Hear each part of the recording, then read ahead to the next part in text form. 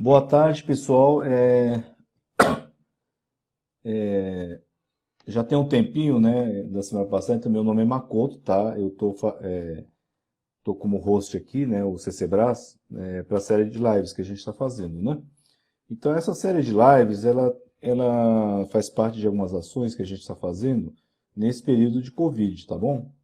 Né? Então a ideia é, tipo, aproximar a comunidade da cerâmica para as pessoas se conectarem, fazer um intercâmbio de conhecimento, de ideias, né, e se conhecerem, né? Quem é do nosso meio, né, o que elas fazem, tá? É claro que não dá para mostrar tudo que a diversidade que a gente tem, mas, enfim. A primeira série foi de fornos e queimas, né? Tá? E tivemos forno a lenha, gás, elétrico, raku. Semana passada falamos um pouco de marcas, né? Teve também uma curadora, né? Galerista, mercado de arte. Falamos um pouco de plataformas e ferramentas online, né? De como você promover e divulgar sua marca, tá?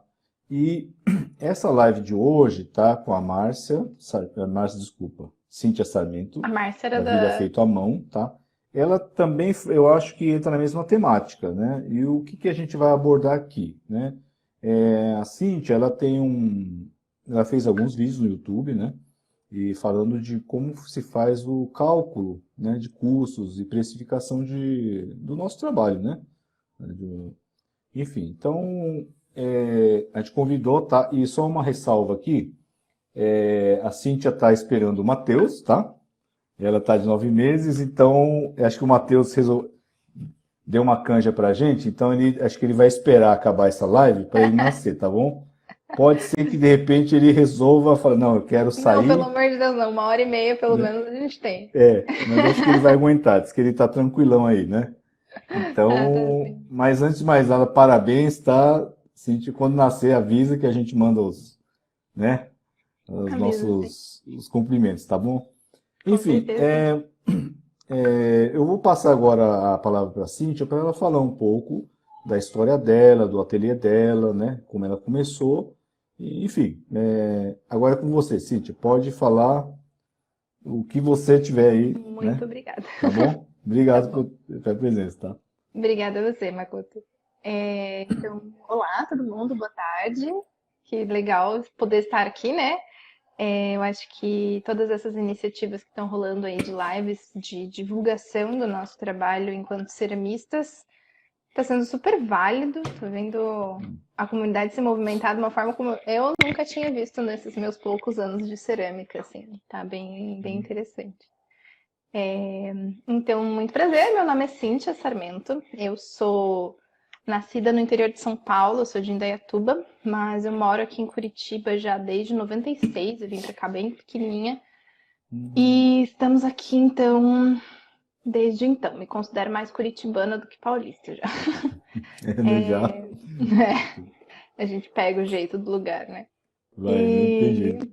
hum, eu sou formada em design gráfico, meu diploma lá é tipo técnico em design gráfico, mas a minha formação universitária é bem louca, porque eu larguei a faculdade umas 4 vezes, eu acho, até eu resolver que eu precisava de um diploma, por algum motivo. Nunca mais eu olhei pra ele depois que eu peguei, enfim, então pra mim Uhum. ele não. Assim, nunca usei meu diploma, mas a formação em design sempre foi muito presente no meu dia a dia, porque Uhum. eu cursei design gráfico e design de produto, por mais que eu Uhum. não tenha me formado nem em um nem em outro como bacharel. E eu trabalhei muito em áreas de tecnologia, não vou dizer tecnologia de ponta, mas assim, sempre relacionado à internet e tudo mais. Cheguei a trabalhar em indústria com projeto mecânico, tipo, eu era a única designer no departamento de engenharia mecânica, assim, umas coisas bem loucas. Uhum. E depois eu acabei entrando em departamento de marketing, mais por conta do design, né? E Uhum. eu surtei no departamento de marketing, até que um belo Surtei. dia. Eu nunca trabalhei em agência, mas eu trabalhava dentro de empresa, dentro do marketing, né? E Uhum. aí eu acabei chegando num ponto que não era aquilo que eu queria para minha vida e eu resolvi parar, então, de trabalhar no mercado formal de trabalho ali Uhum. e fui buscar alguma coisa que eu gostasse de fazer. E eu nunca tinha Uhum. pensado em fazer cerâmica na minha vida. Isso foi em Uhum. 2015. E Uhum. aí eu tava num processo assim, eu tive um problema de saúde grave e tudo mais por causa de estresse. E acabei então indo buscar alguma coisa que eu gostasse como hobby. Falei pro meu marido, Carlos, me sustenta aí uns 6 meses que eu vou Uhum. procurar alguma coisa que eu goste de fazer da vida. E na Uhum. época eu estava bastante dedicada assim à parte de fotografia, que era um hobby que Uhum. eu tinha, eu gostava bastante, de Uhum. especificamente fotografia de comida. E eu Uhum. queria peças específicas para as minhas fotos que eu não encontrava para comprar. E eu falei, Uhum. vou fazer esse negócio aí, né? Então eu fui Uhum. atrás de aulas de cerâmica e já naquela Uhum. época a gente buscava assim no Google, sei lá, aula de cerâmica em Curitiba e aparecia um ateliê em São Paulo. Então já não era uma Uhum. coisa assim que você se achava com muita facilidade, não sendo da área, né? Uhum. Então eu acabei encontrando por acaso um professor, ex-professor meu da faculdade. Eu vi um cartazinho dele numa olaria que eu fui comprar, tipo, um vasinho para Violeta. E aí eu Uhum. vi no caixa que tinha um cartaz com a cara dele, assim, o professor Salada, falando aulas de cerâmica. Olha só, vamos fazer cerâmica então com Salada, né? E aí eu Uhum. fui e acabou que eu caí numa escola, eles chamavam de escolinha, que ficava dentro dessa olaria, que é a Cerâmica Jardins, aqui em Curitiba, que Uhum. depois eu acabei descobrindo que é do pai de um amigão meu do ensino médio, tipo, relações bizarras da vida, assim. E Uhum. aí a escolinha, né, na verdade, era o professor Savada, né, o Toshiko Savada, a Elisa Maruyama e a Patrícia Fumiko, que Uhum. são duas ceramistas, né? E ele Uhum. é designer, mas ele mexe muito com vários materiais, assim, e eles são amigos. E Uhum. resolveram abrir esse espaço, era uma salinha, assim, sei lá, devia ter uns 10 metros quadrados, 15 no Uhum. máximo, Uhum. com o intuito de uma proposta de arte terapia, na verdade. Só que Tá, ninguém era psicólogo, então eles falavam que era uma escolinha de cerâmica. Mas eles tinham muito essa entendi. proposta da arte terapia, e entre eles tinham uma cooperativa de produção de Uhum. peças, enfim, né? Acabou que eu fiquei lá, eu entrei em outubro, e em fevereiro eles fecharam. Nossa. Porque não conseguiram administrar o lugar, não tinham receita suficiente para pagar o aluguel e tudo mais, aquela coisa bem informal, assim, né? Uhum. E nesse momento, então, eu consegui uma vaga no Alfredo Anderson, aqui em Curitiba, que é um museu que tem um curso, eu não vou dizer um curso de formação, mas um curso com uma ementa, né? Que a gente tem ali um Uhum. módulo básico, um módulo intermediário, um módulo avançado, e durante um tempo que eu estive lá, tinham alguns cursos específicos, às vezes de 1 mês, 3 meses, 6 meses, daí de temas diferenciados, né? E lá no museu, então, eu acabei tendo aula com a Juliana Pimenta, que foi minha primeira professora lá dentro do museu. Eu fiquei lá 1 ano e meio, então eu fiz os 3 módulos, né? E Uhum. acabei entrando para mais um semestre, mas saí na metade do módulo avançado. Você podia ficar no avançado para sempre, se você quisesse, assim. Uhum. E aí também tive aula com a Soraya Savariz, que é amigona até hoje, assim. E nesse meio tempo, então, eu comecei a fazer cerâmica por hobby, porque eu queria lá as minhas pecinhas para as minhas fotos. E Uhum. acabou que é uma coisa que o trabalho manual de modelar é uma coisa que eu sempre tive muita facilidade na modelagem manual. Porque eu sempre Uhum. fiz trabalhos manuais relacionados à modelagem, né, na vida, assim. Mas não acabei indo pro torno, né? Porque eu não tinha dinheiro para comprar um torno, não comprei o torno, então eu me virei com o que Uhum. eu tinha ali de possibilidades, né? Que foi a modelagem manual mesmo.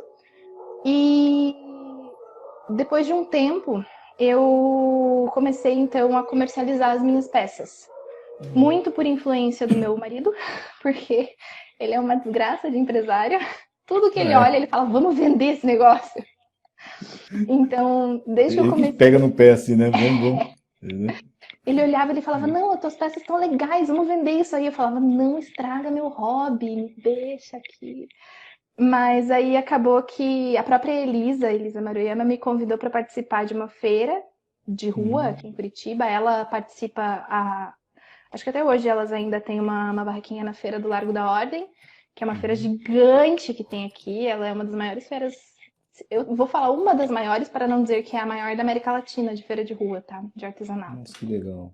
E é muito bacana, e elas têm lá, então, um espaço. Então, ela é bem envolvida com essa questão das feiras da prefeitura, assim. E daí tinha uma feira que a prefeitura estava tentando iniciar para revitalizar um espaço da cidade. E ela falou, Cíntia, vai lá, é super legal, eu te coloco, me pôs lá.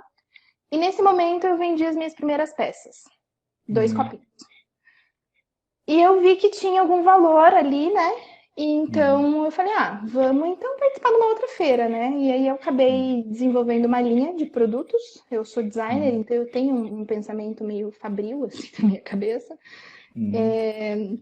Eu falei, então vou desenvolver uma linha e vou levar essa linha para uma feira, né? E aí foi quando eu entrei na Manu, que é uma feira de design autoral aqui da cidade.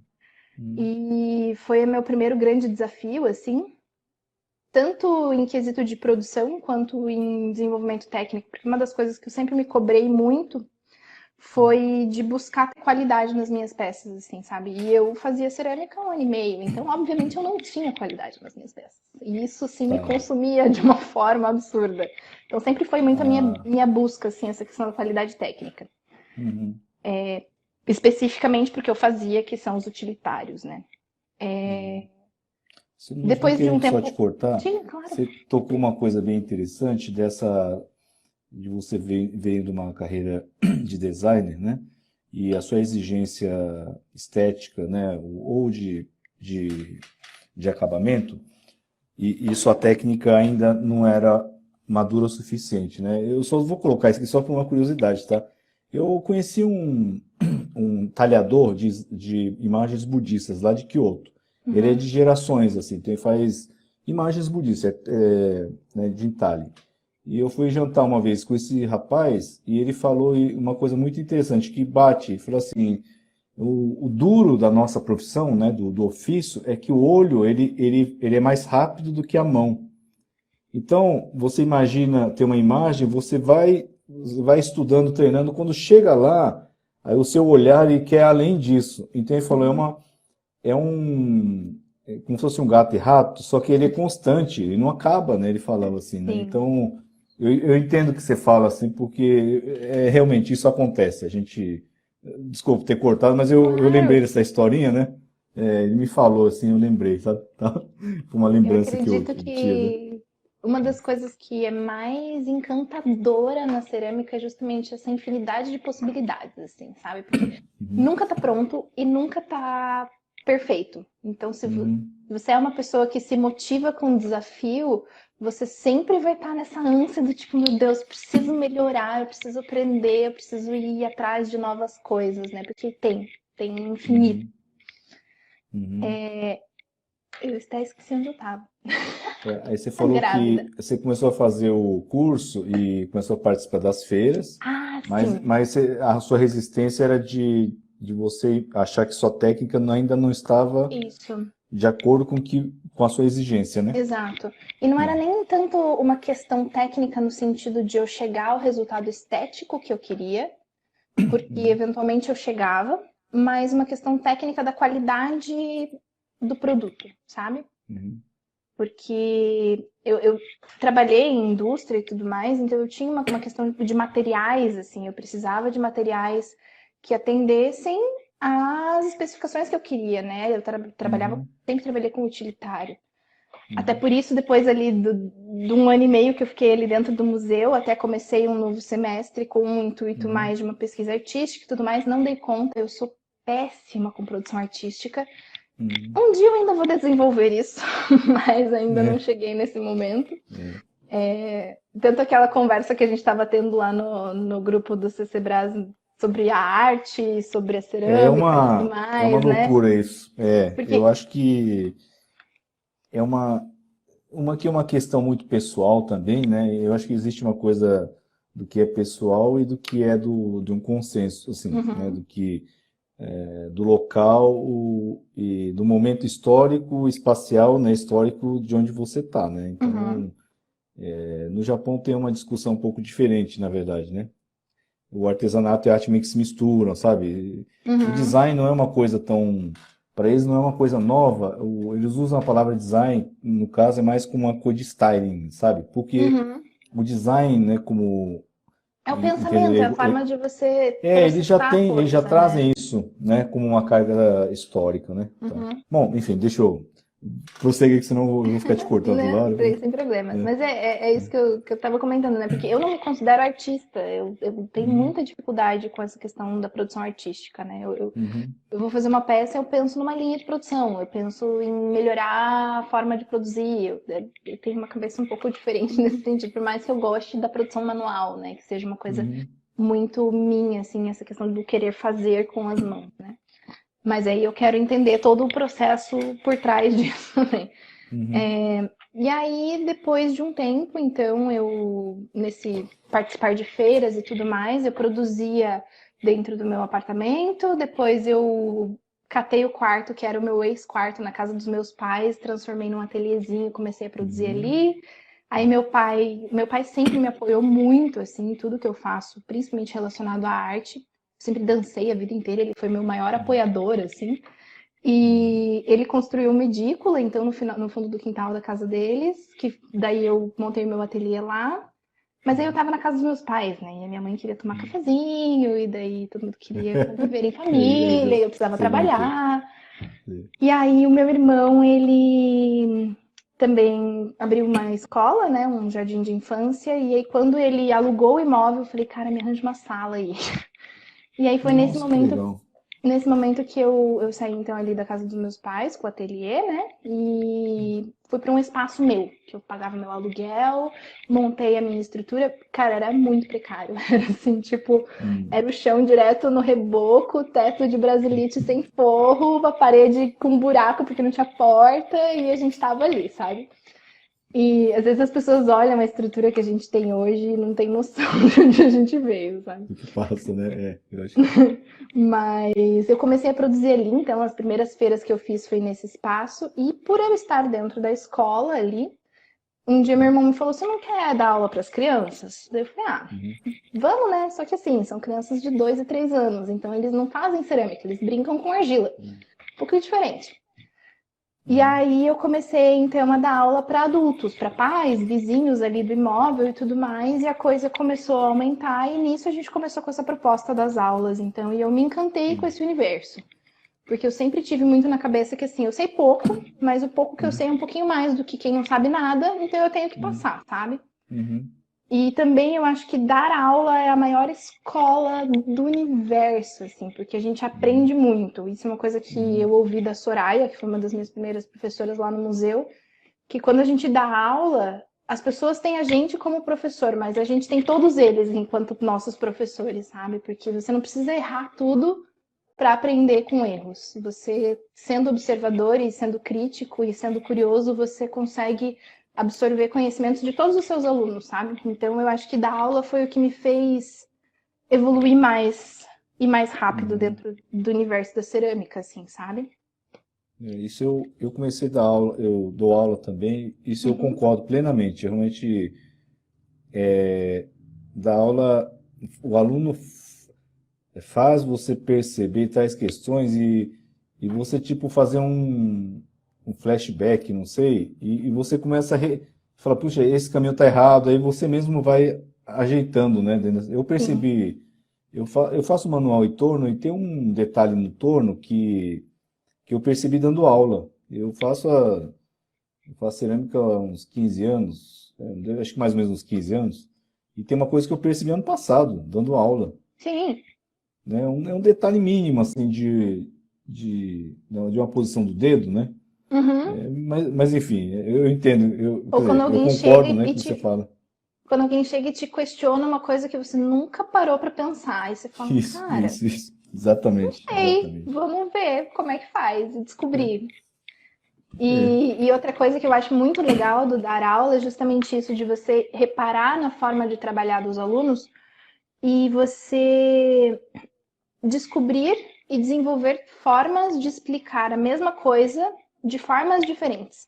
Então você acaba gerando sim, raciocínios uhum, diferentes porque as pessoas entendem de formas diferentes. Então isso faz uhum, você sim, também entender os processos melhor, né? Então, eu acho que dar aula, assim, eu ter começado a dar aula lá no comecinho, assim, eu tinha, sei lá, 1 ano e meio de cerâmica, eu comecei a dar aula bem louca, né? Uhum. Foi o que me fez progredir mais rápido, sabe? Tá. E aí, no meio disso tudo, fiz feiras e tudo mais, mas só já entrando assim no nosso, No no assunto, nosso né? assunto, Uhum. né? Ao longo ali, para terminar essa parte da escola, a gente, ao longo dos anos, foi aumentando a questão das aulas e das produções, daí eu comecei a ter alguns auxiliares no meu ateliê ali, mais Uhum. para a parte da produção, porque eu que tocava as aulas, até Uhum. o momento em que o Carlos, meu esposo, ele tinha 2 empresas, ele tinha uma escola de marketing digital e uma agência de marketing digital, por isso que a gente tem uma Uhum. presença no digital mais forte, né? Sempre Uhum. trabalhamos muito com o universo Uhum. online, então tudo que a gente tem de público de venda, de espaço de mercado, sempre veio do digital, né? Uhum. Instagram principalmente, e site, e-commerce e tudo mais. E justamente porque nós dois temos uma formação em design, a gente que fez nossa marca, nosso site, tudo a gente que constrói, faz as fotos, faz toda a gestão de mídia, conteúdo, enfim, facilitou muito Só, a vida, só, né? só um parênteses aí, então, Uhum. a sua parceria, você e seu marido, vocês conseguem dar conta, claro, tem os assistentes, os funcionários, mas vocês conseguem dar conta de todo o processo, né? Desde Uhum. a produção, planejamento administrativo até divulgação, marketing. Sim, sim, É isso, né? Então, a isso. empresa, né, a sua empresa, seu ateliê, ele já consegue se fechar, né, nesse Uhum. sentido, né? Sem depender de outros Isso. profissionais, né? A gente acaba. Hoje a gente tem, por exemplo, o Luiz que faz a parte de edição de vídeo pra gente, né? Como a gente tem o Uhum. canal no YouTube, o Luiz, ele é um conhecido de longa data, assim, da família e acabou Uhum. se formando em publicidade, se especializando na parte de produção de audiovisual. E ele é Uhum. show, assim, então acabou entrando como Uhum. nosso parceiro porque a gente não sabe editar vídeo e seria um empenho se dedicar a aprender isso enquanto a gente tem alguém próximo que faz e faz muito bem, né? Uhum. Mas fora isso, a parte comercial, financeira também, a gente tem uma pessoa, hoje a gente tem uma pessoa que nos apoia no financeiro, né? Porque a gente Uhum. fazia, mas fazia daquele jeito, assim, né? Leigo. Uhum. Mas o fato é que ali em 2018, então o Carlos deu uma surtada também com o universo de agência, porque marketing suga muitas pessoas. E Uhum. eu tava também numa que eu tava produzindo e dando aula e a coisa tava aumentando, e aí eu falei pra ele, vem trabalhar comigo, tô precisando de ajuda. E foi um movimento assim meio na louca nosso. Uhum. E assim, numa questão de 6 meses, então ele saiu da escola, vendeu a agência, Uhum. vendeu a parte dele da escola, veio trabalhar comigo e a gente se mudou para um imóvel novo para ampliar a escola, ampliar a produção e também para morar junto, porque senão a gente não ia ter condições de bancar o imóvel maior, né? Uhum. Então foi um movimento assim de família bem bem grande que a gente fez. E desde então a gente tem o ateliê e a escola como o nosso ganha-pão 100%. Ah, que legal. Bom, eu acho que vamos fazer o seguinte, tem umas Legal. perguntas, né? Quer dizer, só tem uma, né? Aí, para dar uma fechada assim, Uhum. o arroba o ser amista está Ah, perguntando, sim. né? Qual o seu maior desafio inicial? Né? Então aí você pode colocar ou do ateliê ou pessoal, né, na cerâmica, Uhum. mas enfim, o que você, qual que Tá. seria o seu maior, qual foi o Meu seu maior maior desafio desafio? pessoal. Uhum. Eu acho que num primeiro momento, meu maior desafio fui eu mesma, para ser bem honesta, Uhum. assim. Eu tinha, eu sou muito crítica com o que eu faço e eu tive uma Uhum. dificuldade muito grande. Até comentei lá naquele dia da conversa da arte lá, que eu Uhum. nunca consegui me chamar ceramista, porque eu não Uhum. acreditava que eu era boa o suficiente, ou que eu sabia o necessário para ter um título, vamos dizer assim. Até hoje eu Uhum. acho meio estranho. mas faz parte do universo, né? Eu ressignifiquei essa questão de ser ceramista para ser um aprendiz de cerâmica pro resto da vida, Uhum, dentro da minha cabeça, né? Mas eu acho que principalmente a questão da venda das peças, uhum, porque eu acho que o dar aula foi uma coisa que foi um pouco mais fácil para mim, porque enquanto as pessoas são super leigas, você uhum, tem algo a ensinar e quando elas vão se desenvolvendo, você vai se desenvolvendo junto. Então acaba sendo um processo meio encadeado, assim, sabe?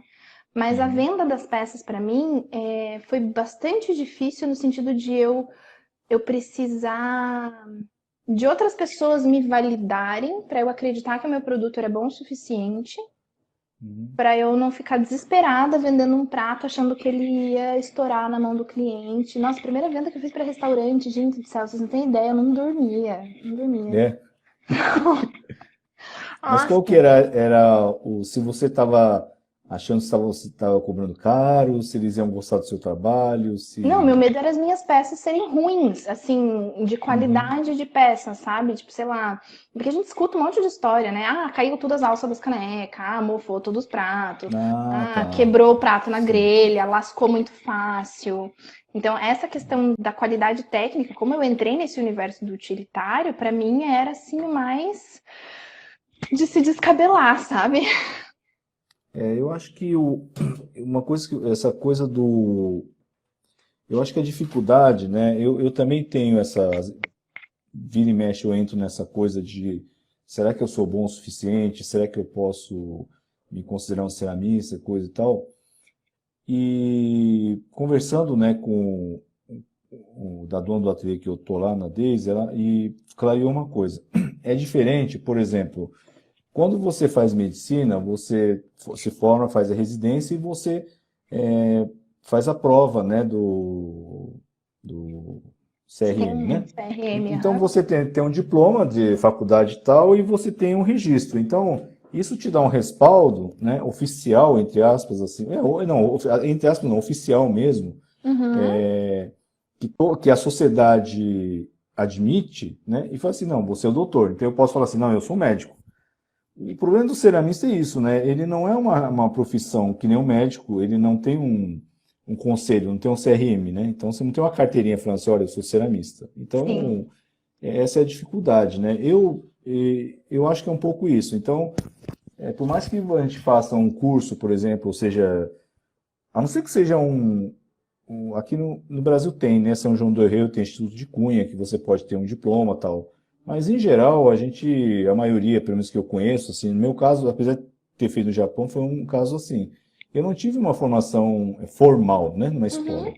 Então, qual que é o meu respaldo? Sou eu, é o que eu falo, né? Aham, Então, aham. eu preciso acreditar em mim. Então, eu acho que é isso que você está falando, né? Exato. E essa coisa do outro, eu acho muito interessante também, porque lá atrás, eu coloquei bem no cantinho, numa feira de cerâmica, eu coloquei no cantinho bem, né, muqueado assim.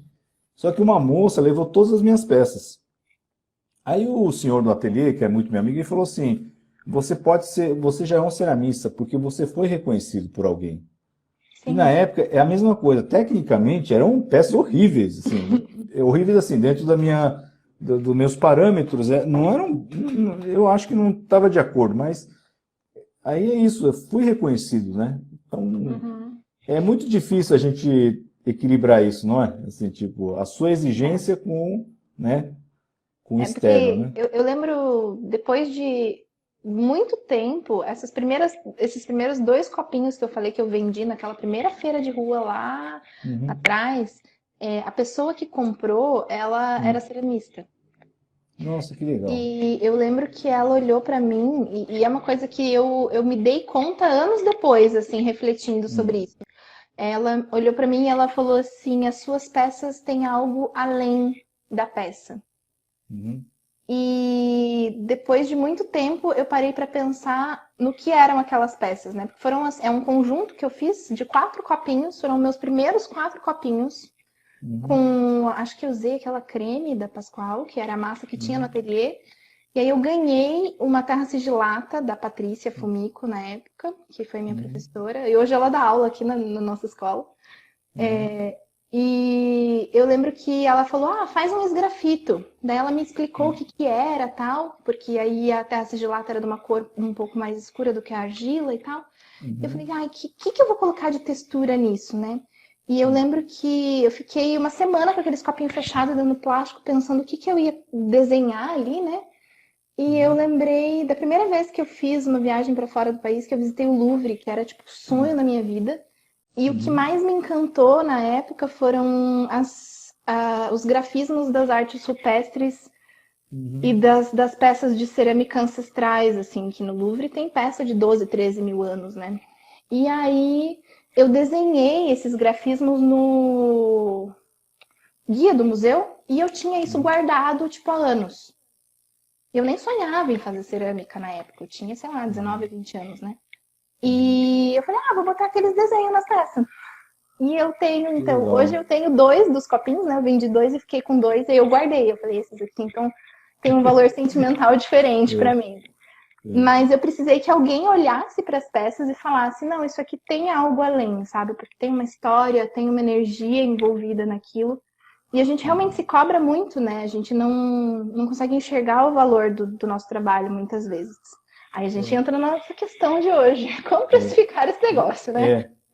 Deixa eu só colocar aqui, é uma pergunta da Adri Sobata. Uhum, Eu acho que já pode, dessa pergunta acho que já entra no tema, tá? uhum, De precificação de cálculo, né? Ela coloca o seguinte: o preço do meu produto tem um valor de acordo com meus gastos, investimentos e estudos. uhum. Mas em uma feira de bazar, o preço das barracas concorrentes influencia no preço final do meu produto? Bom, essa é a pergunta que ela fez, mas aí você já pode entrar no tema mesmo, né? Aham. De... E aí você pode colocar no entre parênteses essa questão, né? Você fez todo o cálculo, aí chega no bazar, né? Exato. Eu acho assim, eu até comentei contigo, né, que eu fiz uma live na semana passada, porque a gente montou Uhum, aquela planilha que eu divulguei, que acho que daí começou essa história de me relacionarem com precificação de peças. uhum, E é a minha planilha que eu uso, né, há muito uhum, tempo, assim, acabei dando uma reformulada nela. E aí, nessa forma de explicar, eu acho que uma das coisas que é mais importante é a gente pensar assim, eu não posso ter prejuízo na minha produção. Eu costumo falar quando eu dou curso e tudo mais, a gente tem um curso intensivo de cerâmica que eu sempre deixo um módulo para falar sobre negócios e tudo mais, e eu sempre falo para as pessoas assim, você não pode ter prejuízo, mas às vezes num primeiro momento você pode sim encarar ter um preço menor como você está pagando o seu MBA. É o uhum, preço do seu aprendizado, mas você uhum, precisa estar consciente disso. Mas uhum, também você não pode vulgarizar e prostituir um mercado, né? uhum, Então a gente tem uma relação bastante complicada, né? Porque às vezes assim, por exemplo, eu digo isso, né? Eu cobrava lá, vamos supor, quando eu comecei a fazer cerâmica, eu cobrava 30, 40 reais no meu prato. Aí, depois de um tempo, eu falei, cara, eu tô perdendo dinheiro, não posso cobrar isso, porque isso é menos do que o que eu pago para ir lá levar o prato para queimar, não tinha forno, pagar a isso. queima e É. voltar. Então, eu vou ter que cobrar 50, 60. Mas 50, 60 paga a queima, paga a argila, mas não paga meu tempo de trabalho. Então, eu vou ter que Uhum, cobrar 70, 80. Aí eu me sinto confortável cobrando isso? As pessoas pagam isso pelo meu uhum, prato? uhum, Não sei. Hoje eu cobro 90 reais no Bendito do Prato. uhum, Mas tem todo um histórico, tem todo um estudo da massa que eu estou usando ali, o esmalte que eu estou usando ali, tem todo um processo que foi desenvolvido ao longo do tempo, um processo para otimizar o tempo de produção, porque daí eu gasto menos do meu tempo para fazer aquilo, então eu consigo sim me pagar e ainda ter lucro em cima dessa peça. uhum, Isso é uma coisa. Só que daí a uhum, gente tem essa questão da percepção de mercado, né? Que nem se está uhum, numa feira, você pode estar competindo com uma pessoa que comprou uma caneca industrial, botou um decalque de uma forma muito, como é que eu posso dizer? De uma forma muito, assim, simples, né? Não vou uhum, dizer menosprezando a parte da pintura, porque eu acho que a pintura é um trabalho lindo, maravilhoso, mas é que a gente sabe que tem gente que faz as coisas meio nas coxas, só para ter um produtinho para vender, assim. Ou pessoas que Sim, compram isso peças e acontece muito. revendem, né? Isso Pessoas que, acontece muito. pessoas que compram peças prontas e revendem dizendo que foram artesanais, ou pessoas que não sabem precificar o seu trabalho também, não sabem o valor que aquilo tem. E aí a pessoa que está ali como cliente, comprando, visitando, vai ver uma caneca por dezão e vai ver a sua caneca por 40, 50 reais, vai falar, por que eu vou pagar quase 50 reais uma caneca? 60 reais uma caneca? Sim, sim. Então, tem um peso. E aí, o que acontece? Por exemplo, no meu caso, que eu trabalho com modelagem manual, eu faço Uhum, caneca de placa. E uhum. eu fazer uma caneca de placa e eu fazer um prato de placa, é assim, eu gasto 5, 6 vezes o tempo que eu gasto para fazer um prato para fazer uma caneca. Só que se eu vender o meu Sim. prato a 90 reais, eu vendo. É um público muito específico, eu tenho consciência disso. Não é um prato para Uhum. todo mundo. Eu sofri bastante com isso, inclusive, mas num determinado momento da minha vida eu precisei aceitar que o meu Uhum. produto é um produto para um público diferenciado. Uhum. Mas eu não consigo vender a minha caneca por 90 reais. Sim, Porque é eu uma entendo o que você caneca. fala. As pessoas não veem É. o valor, né, do meu trabalho transparecido De- ali. E eu acho que isso é o mais difícil. deixa eu só colocar uma pergunta. Uhum. A Lina Borges Yoga, né? Ela falou, eu não vi a planilha. Existe a possibilidade de você republicar ou enviar? A sua planilha Claro, está disponível em tá. algum lugar, né? No Isso. site. Se o pessoal Tá. quiser, depois que acabar a live aqui, vocês entram lá no Insta do Vida Feita à Mão e a gente colocou no Linktree. É só clicar no link lá, daí tá o link para download da planilha. Ah, Já a legal. planilha nova, refeitinha, bonitinha. Que é lá, né? Que você parou a noite fazendo, né? Não, você disse que ia Não, refazer, né? eu refiz, porque eu fiz a live na semana passada e daí a gente começou a preencher e aí eu achei um bug. Aí eu achei um Hum. outro bug. Eu falei, vou precisar corrigir isso. Tinha 2 erros na planilha. Aí eu sentei para corrigir e durante a live mesmo eu comecei a ter um monte de ideia de coisa que podia mudar. E daí eu reformulei ela Foi. inteira. Então, pessoal, ó, Mas ficou bem legal. a versão mais Atualizada. fresquinha tá no Instagram dela, tá? No Vida Feita à Mão, tá? É Isso. só depois da live ir lá e clicar Clicar para no baixar, link tá do bom? Insta e daí tem lá a planilha para vocês baixarem. Então Ai, você legal. colocou no assunto que uma coisa é a gente calcular um custo, né? Depois você vai explicar como. Uhum, Por exemplo, se eu gasto 15 reais para fazer uma peça e eu vendo por 20, e se eu tenho problema de transporte, gasolina, etc., na verdade eu vou estar pagando para vender, né? Quer uhum, dizer, eu estou praticamente dando, né? Então eu preciso calcular um custo, depois precificar, né, esse produto para o consumidor. uhum, Só que nem você está falando, dependendo do tipo de produto, aí já não é uma questão só do seu trabalho, mas é de como o consumidor olha isso, né? Então, o uhum, prato, felizmente ou infelizmente, o preço dele em geral é mais caro do que uma caneca, né? uhum. Ele Então, tem uma percepção diferenciada, né? percepção isso. Por Eu exemplo, se eu for vender lembro, uma peça artística, eu consigo uhum, vender uma peça artística por um valor muito mais alto, porque as pessoas já têm um entendimento de que a arte tem um valor agregado. É diferente de eu uhum. vender um utilitário. Eu não consigo vender um utilitário pelo preço de uma peça artística, Sim, né? eu dou um exemplo. Você falou de caneca, porque por acaso bate. Eu não faço peças em série, né? Então, eu gosto muito da modelagem. Eu faço um pouco de torno, mas é mais modelagem manual. Eu tenho uma xícara, né, que não era para vender, na verdade, era para participar, era para um evento do CCBRAS, né? E era uma xícara de café, só que ela é uma xícara talhada, né? Quer dizer, ela é esculpida, na verdade. Uhum, Não sei se a palavra é esculpida ou é lapidada, né? uhum, Então ela demora muito tempo para fazer. Só que aí teve uma pessoa que entrou em contato e queria essa xícara, né? Então eu falei, bom, tudo bem, mas depende de quanto você quer. Se você quiser 100, eu não tenho nem condições de fazer, né, para você. Aí ele pediu acho que meia dúzia, assim, então eu dei um preço, assim, que se falar só como xícara, com a função dele, estaria caríssimo, assim. uhum. Só que o trabalho que ele dá, né, e são peças únicas, né, então Bom, ele é uma pessoa que entendeu, né? É um artista plástico, entendeu e pagou por isso, né? Uhum. Ainda não consegui entregar por causa do Covid e tal, mas enfim. Eu entendo o que você fala. Eu acho que você vai falar de precificação de custo, mas entra naquela coisa. Qual que é o público-alvo, né? Do seu Exato, trabalho, né? É exato. isso, né? Tem Porque gente que vai, assim, se a né? gente for Pode falar, pode. pensar, se a gente for pensar dentro da precificação, né? O que que a gente tem que precisa ser considerado? O Uhum, custo básico da uhum. peça. O que que eu Tá. gasto para fazer? é, Gente, não tem nenhuma peça de cerâmica em volta de mim. Ixi, parece que Tem nem uma. eu, né? Ceramista com um copo de vidro, né? Não, Tem nada, né? a caneca que eu tava tomando água, do M&M's. É bem por aí mesmo. A gente Casa vai. de ferreiro, né? Não, até É, tem umas pecinhas, mas tá lá longe, assim. Mas enfim, é. se eu for pensar, sei lá, um potinho, fiz um potinho, qualquer potinho. O que Tá. que eu gastei de material e de custos envolvidos na produção desse potinho? Eu gastei argila, eu gastei Uhum, esmalte, eu gastei a queima, eu gastei a minha mão de obra.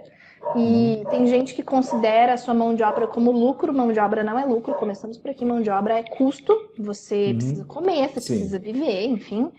Que mais Uhum, que a gente tem envolvido nisso? Ah, dentro da queima, a gente tem algumas questões muito importantes ali, né? Quando eu vou pensar em queima, eu vou pensar, eu vou queimar, eu tenho um forno?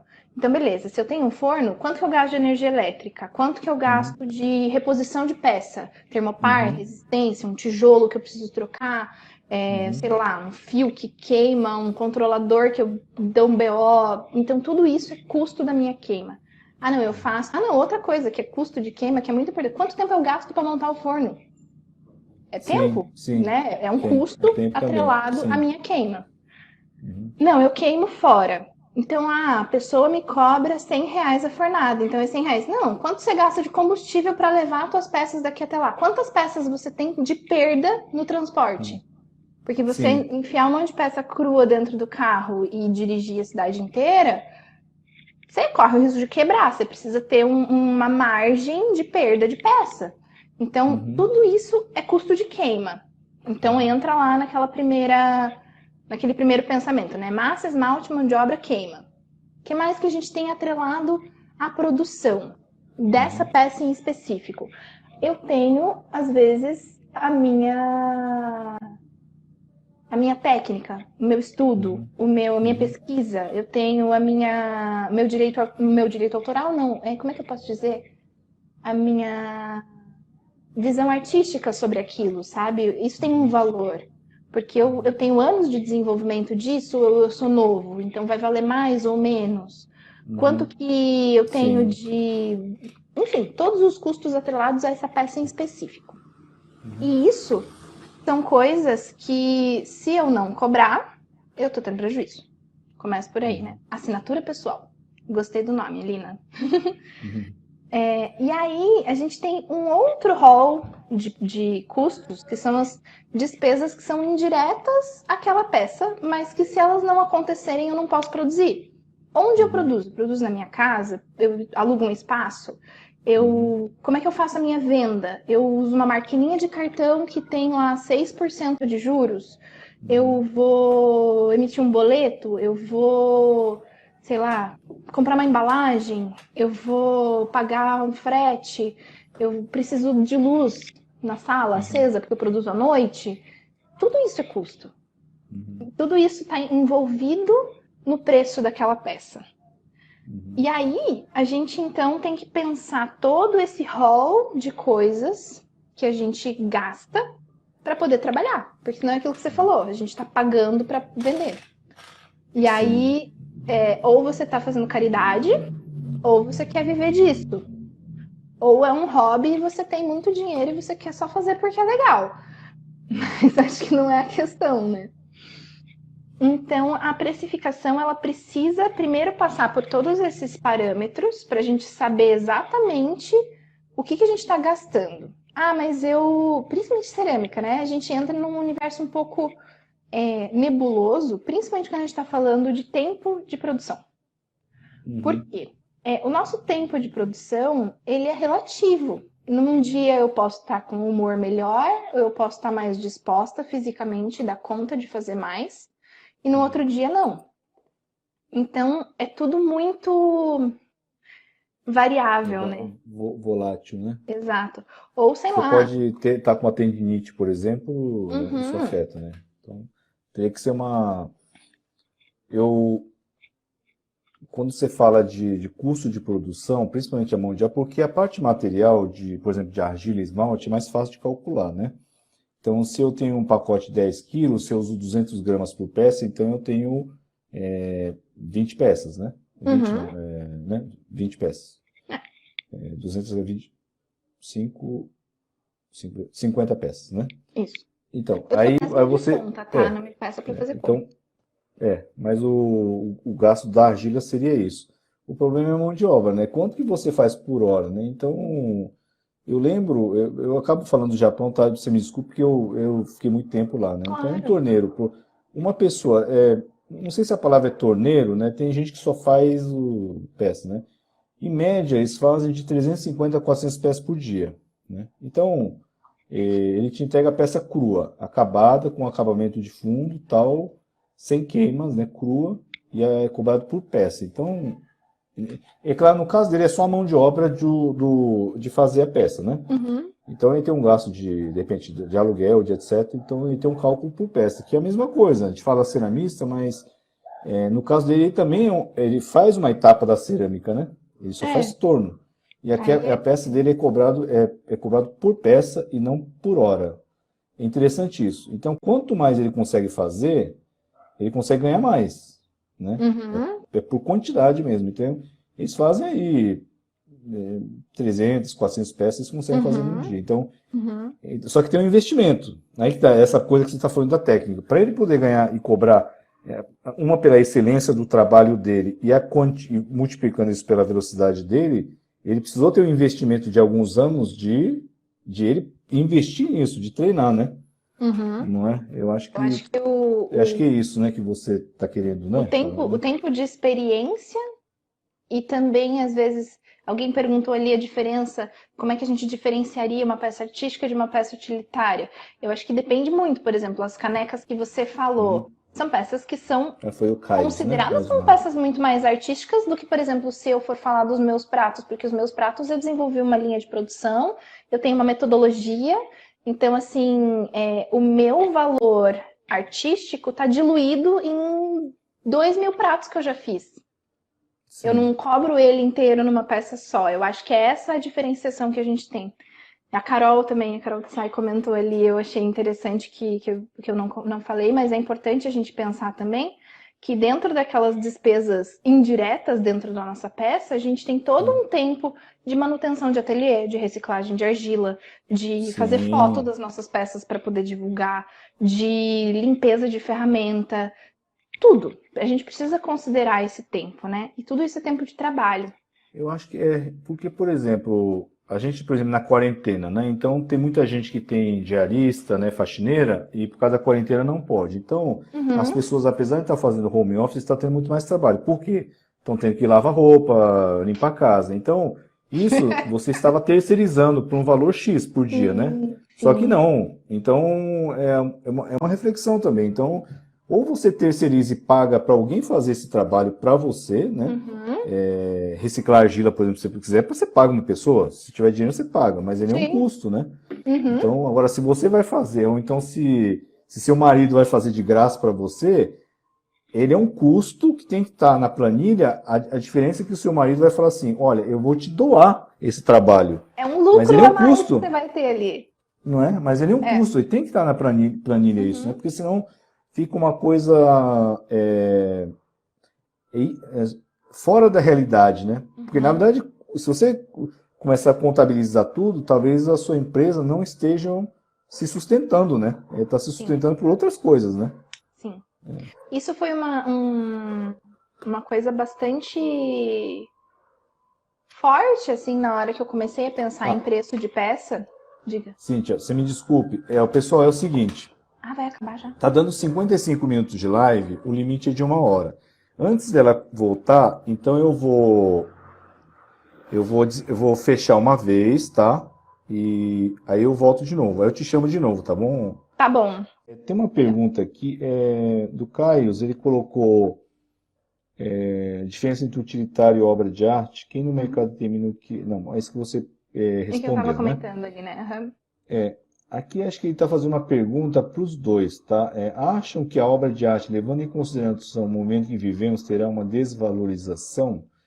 Eu acho que aí pode ser uma opinião sua e outra minha, né? Eu realmente não sei. A desvalorização no sentido de mercado, né? Eu não entendo, eu particularmente não entendo de mercado da arte, em termos de se vai vender ou não. Mas eu acho que vai, não sei se a palavra é a valorização da arte, mas eu acho que vai ter a necessidade da arte, né? Então Uhum. eu me coloco não como se a arte vai ser vendável ou não, mas como artista, eu acredito que no momento assim de crise, a gente tem uma responsabilidade de mostrar, né? De ser criativo, de encontrar caminhos, tá? Essa é a minha... Eu não Sim. respondi a pergunta do Caio, mas é uma coisa que eu Fez uma penso. Eu não, reflexão. ninguém sabe o que vai acontecer, né? Mas eu acho que tento me colocar nessa postura, né? Então eu tenho uma responsabilidade como artista de dar uma resposta. Se Uhum. vai ser uma resposta para poder vender ou não, não sei, mas eu preciso dar uma resposta, né? Eu preciso Uhum. sentir o que está acontecendo e dar uma resposta, sabe? Enfim, se quiser, eu vou passar para outras perguntas porque acho que tem bastante coisa aqui. Tá. Eu vou só fazer uma Flor Bor... colocação com relação a isso, Tá, que pode é uma coisa falar. que eu já estava pensando antes ali. Eu acredito que sim, a gente tem sim um momento muito bizarro, historicamente falando, de toda uma reestruturação de mercado, de economia e tudo mais. E ao mesmo tempo eu vejo uma reestruturação social no sentido de dar valor a coisas mais locais e coisas mais afetivas. E querendo ou não, a produção artística ela entra nesse rol, na minha visão. Uhum, Eu acredito sim que a valorização da arte ela pode ser uma coisa que aconteça, mas eu não sei a questão de valor monetário de mercado, porque a gente não sabe como a economia vai ficar, se as pessoas vão ter uhum, condições de comprar alguma coisa além do básico e do essencial. Né? A gente realmente sim, está num sim. momento assim que é de verdade bastante assustador, para ser bem A honesta. China tem uma retração de 6% de PIB, né? Não, Isso só a se a China, né? China tem retração de PIB dentro do Hum, histórico que ela vinha nos últimos anos todos, É, o negócio talvez dê uma complicadinha nos próximos tempos. Mas enfim, o eu acho fato é que... que eu acredito que a gente tem sim um movimento, até pelo isolamento dos países, né, de valorização de produções locais. É, Então, a gente entra muito no, por exemplo, a gente está feliz da vida aqui em casa porque a gente descobriu um cara que entrega cesta de orgânicos que ele coleta dos produtores da região, sabe? Por um uhum. preço que é metade do que a gente gastava de hortifruti no mercado. Então são coisas Nossa. que já existiam, só que daí a gente começa a ir atrás desse tipo de coisa, né? E isso eu vejo para tudo. Aí Uhum, entra uma outra discussão que é a questão assim, a gente vai precisar trazer o trabalho artístico para um universo comercial. uhum, Não sei como vai ser esse universo comercial, não sei como vai ser esse mercado, não tenho a menor ideia, mas eu acredito muito mais numa economia mais colaborativa, se uhum, Deus quiser. Mas eu acredito que a produção artística ela precisa entrar, ou ela vai precisar entrar, nessa coisa mesmo de encarar a sua produção como um serviço e como uhum, um negócio. entendi. Se você quiser viver vendendo arte, você vai precisar fazer disso o seu negócio. E aí Uhum, entra toda uma reflexão bem profunda. tá. Deixa eu... Vou fazer umas perguntas porque está começando a Claro, chegar. É, tá. Flor Borges pergunta: qual o valor que você coloca na sua hora trabalhada? Aí já tem um adendo do Bruno. Uhum. E como fazemos esse cálculo, né? Então, o valor da hora trabalhada, né? Esse de tudo eu acho que é o mais fácil de calcular o valor da hora. Agora, Uhum, quanto de hora você vai colocar na peça é um pouco mais difícil, tá? O uhum, valor da hora você calcula da seguinte forma, muito simples, prática e objetiva. Quanto você quer ganhar por mês? uhum, E aí, você pode se frustrar um pouco com o resultado disso, tá? Porque uhum, você pode chegar numa coisa que não é o que você quer. Para você uhum, conseguir vender a sua peça, talvez você precise ganhar menos no primeiro momento, porque daí a gente entra naquela reflexão que a gente estava falando do cara lá do Japão, que o Makoto falou, que produz 300, 400 peças num dia, só que ele demorou quanto tempo para chegar nessa capacidade de produção, né? Com certeza lá no primeiro dia dele, ele fez 5 peças e teve que cobrar o mesmo valor que ele cobra hoje, só que hoje ele faz 300 e ganha muito mais. Então é uma coisa um pouco difícil. Como que a gente faz essa conta, então? Sei lá, eu quero ganhar R$ 3.500 por mês. Bacana, né? É super legal pensar isso. Quantas horas eu quero trabalhar por dia? Aí eu vou trabalhar 6 horas por dia, né? Tipo, quero ter tranquilidade na minha vida, afinal de contas, né? Você é autônomo, ser autônomo é super fácil. Gente, tô sendo irônica, tá? Só que levem em consideração que essas 6 horas de trabalho do dia tem que contemplar não só as horas de bunda produzindo, sentadinho ali, bonitinho na sua produção, mas também toda a parte de gestão comercial, financeira, administrativa do seu pequeno negócio. E isso assim, não sou uma empresa. Mas, gente, vocês vão ter que ir na prefeitura fazer a emissão do negócio do MEI. Vai ter que sentar no computador, tratar uma foto para poder postar numa rede social. Tudo isso precisa estar englobado dentro dessas 6 horas, tá? Sim. Quantos dias por semana você quer trabalhar? Não, vamos ser uma pessoa responsável, vou trabalhar de segunda a sexta. Não, vou trabalhar bastante, vou trabalhar de segunda a sábado. Então tá. Então você vai pegar o valor mensal, dividir pela quantidade de dias que você quer trabalhar no mês. Pega esse valor, divide pela quantidade de horas que você quer trabalhar por dia. E aí você tem o valor da sua hora. É simples assim, tá? Só que precisa considerar que hora trabalhada é relativa a tudo, não só hora de produção. Basicamente é isso. Existe eu acabo trazendo uma coisa, essa coisa, também há muito tempo, já fui gerente de produção, né, numa empresa japonesa lá no Japão, e tinha um horário de trabalho, a gente entrava e os primeiros 15 minutos eram limpeza. Então a limpeza é considerada trabalho, né? Então você não tem 8 horas para fazer um trabalho a sua meta do dia, você tem menos, você tem 7 horas, 7 horas e meia, porque você tem limpeza, você tem momentos que, sei lá, você vai ao banheiro, né? Tem coisas que banheiro talvez esteja exagerando, mas enfim. Então você não trabalha as 8 horas full time, né? Quer dizer, fazendo uma peça, por exemplo, fazendo um acabamento, né? Não, você vai atender o telefone, alguém vai falar com você, você vai ter um momento que você vai estar olhando a borboleta passando, sabe? Tudo isso está contemplado dentro do seu dia. E assim, colocando tem uma coisa que eu fazia com metodologia de trabalho, não existia um cálculo, né, que era assim, $1 por 1 metro por 1 segundo. Então essa era uma equivalência. Então, se você precisa de uma ferramenta de produção, ela está afastada 10 metros de você, você leva 20 metros e de volta. Você leva 20 segundos, você gasta $20, né, ou R$ 20, sei lá, qualquer coisa que você coma. Então, você tem que otimizar o seu trabalho, porque as ferramentas que você usa direto tem que estar quando você esticou a mão, você tem que pegar a peça. Se você tiver que procurar ela, você diminui a otimização do seu trabalho, então a sua rentabilidade por hora diminui, né? Sua produção cai, qualidade cai, né? Enfim. Eu só coloquei isso aí porque eu trabalhei um pouco na indústria, né? Então a gente entrava. Bom, tem da Suzana Custódio. Ela coloca o seguinte: precisamos ter um número mínimo de peças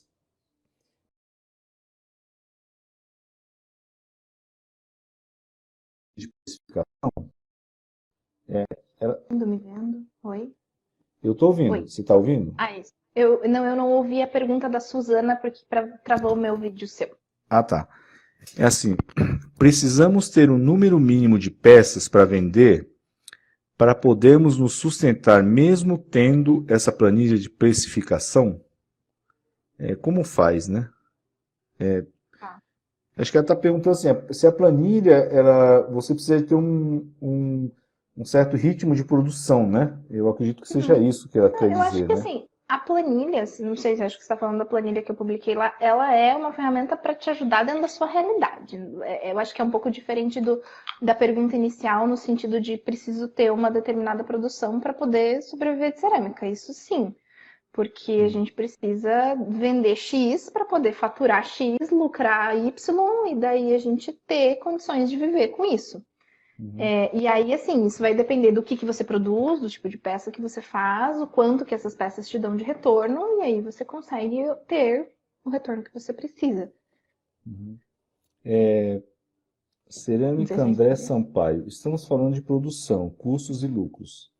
Nossa atividade tem um impacto ambiental importante. Em um ambiente de grande produção, como vocês minimizam esse impacto? Bom, Uhum, eu acredito que nesse caso é cerâmica, é André Sampaio, né, André? É, uhum, no caso específico nosso, né, tanto do meu, que é bem mais, eu dou aula, workshops e queimas, e eu produzo muito pouco, e a uhum, Cíntia, que também não é uma fábrica, né, então uhum, eu não sei se não seria uma grande produção, tá? Né, Cíntia, acho que no seu caso também não é uma grande também produção, né? não. Uma produção de pequena, não seria uma indústria, né? Uhum, Agora ele está perguntando, em um ambiente de grande produção, como vocês minimizarem?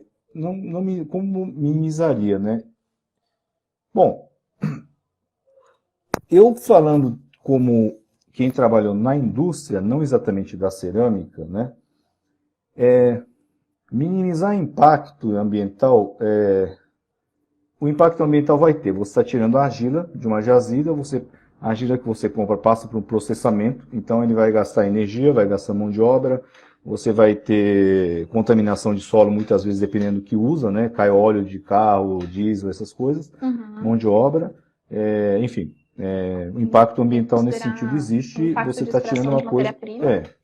de estação de matéria-prima. Agora, dentro da produção, eu não vejo uma, para diminuir impacto nesse sentido, não vejo uma outra forma a não ser que, se você tiver uma grande produção, você minimize o refúgio, os defeitos. Então Uhum, você tem que zerar, trazer uma excelência de produção de qualidade a quase 100%. É quase impossível 100%, eu já trabalhei numa indústria japonesa, é quase impossível, mas você teria que fazer de tal forma que você gastasse menos energia, menos mão de obra e zerasse esses erros. Então, no caso de argilas, todo o resto de acabamento tem que ser reciclado, usar o mínimo de água possível, porque a indústria gasta água que nem uma loucura, gasta muita água e energia. O forno tem que estar muito bem calibrado, o enfornamento tem que ser preciso, para não dar diferença de temperatura, não deixar espaços ociosos, né? Então, diminuir o impacto eu vejo nessa forma. Se você vai fazer uma produção grande, sim. uhum, Aí já entra uma coisa um pouco de indústria, sai um pouco do artesanato, tá? Existem métodos, né, 3S, 4M, enfim, métodos de produção de melhorias contínuas de produção, de qualidade, tá? Isso aí já entra um pouco uma questão industrial. Por acaso eu tenho um pouco de experiência nisso, mas assim, mesmo num tamanho menor, né, de produção, é isso. Tecnicamente, você tem que ter uma excelência, para você não deixar bolha, conseguir fazer uma peça. Se você se propõe a calcular uma peça de parede de 2 milímetros, tem que fazer de 2 milímetros e não de 2,5, 3, porque aí é a diferença que uhum, dá de gasto de argila. Você tem que conseguir fazer de 2 milímetros, né? Não pode ser mais ou menos 2 para 4 milímetros. De 2 para 4 é o dobro de argila que você gasta, né? Então, esmalte também. Dentro da estética aí você fazer selar a peça, então a viscosidade, se você vai fazer de 30%, 40%, 50%, depende do esmalte, claro, mas você tem que chegar numa formulação adequada para não perder nada ali, né? Então, uhum, é puramente técnico e planejamento, eu acho, né? uhum. Essa otimização. Acho que tá bom, né? Acho que Acho que sim. ó, o ceramista, o Bruno, né? Às vezes desenvolvemos técnicas e procedimentos pessoais muito específicos. Quais são os seus métodos, os segredos? Você tem algum segredo, assim, uma técnica que você De desenvolveu por conta produção? própria? De produção? Ou Aqui na não está parte da falando, precificação? Bom, se for a questão de técnica de produção, Uhum. nossa, gente. Honestamente, não tenho nada que eu não falhe, assim, então eu não consigo pensar. Eu acho que eu tenho uma produção muito empírica, sabe? Eu sou Uhum. muito. Eu não tenho, assim. Como é que eu posso dizer? É, eu não sigo muito receita de bolo. Eu Uhum. faço de uma forma muito espontânea. Então, por exemplo, as minhas peças, uma coisa que para mim funciona muito e que eu Uhum. gosto, ó, na parte de comercialização, ele Uhum. colocou ali. Ah, tá. Então, eu acho que a comercialização, eu sempre trabalhei com um ambiente online, porque Uhum. era o que eu tinha familiaridade, né? Então, eu já trabalhava com web, então para mim sempre foi muito natural pensar em web. Então, eu comecei Uhum. ali com rede social, mas eu acho que uma das coisas mais importantes de tudo, se eu posso dar uma dica para vocês nessa parte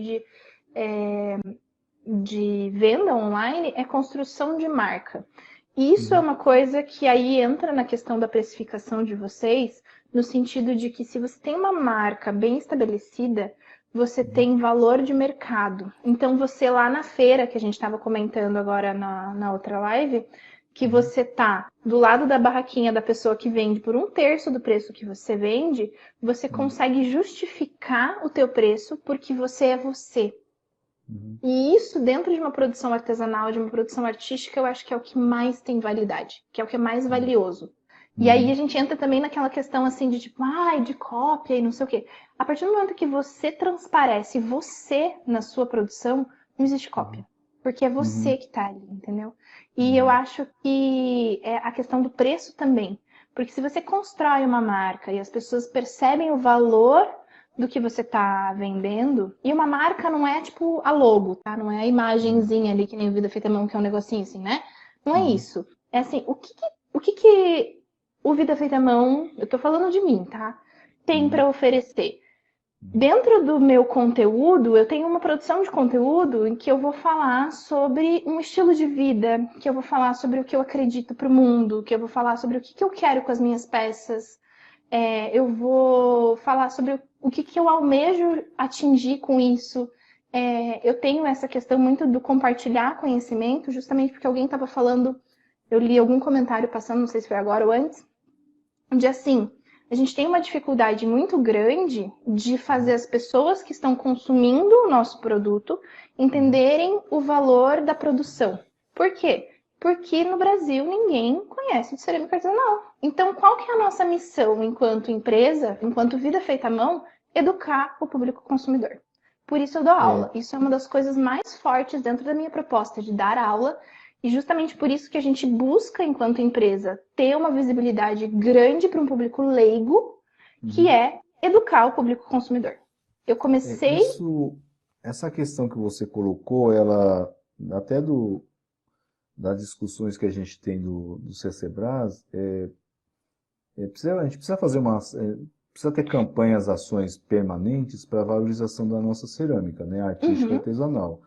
Então, se a gente voltar algumas décadas para trás, teremos a fotografia, que hoje ela é a segunda das artes que mais tem lucro, só perde para a uhum, pintura, sendo que a fotografia foi desenvolvida no século, eu não lembro se foi 19 ou 18 ou 20, mas ela é muito recente em comparação em com comparação outras com a pintura. áreas, né? Com gravura, escultura, cerâmica, etc. Mas ela conseguiu um status. Por quê? Porque houve todo um movimento, né? Associações de fotografias, né?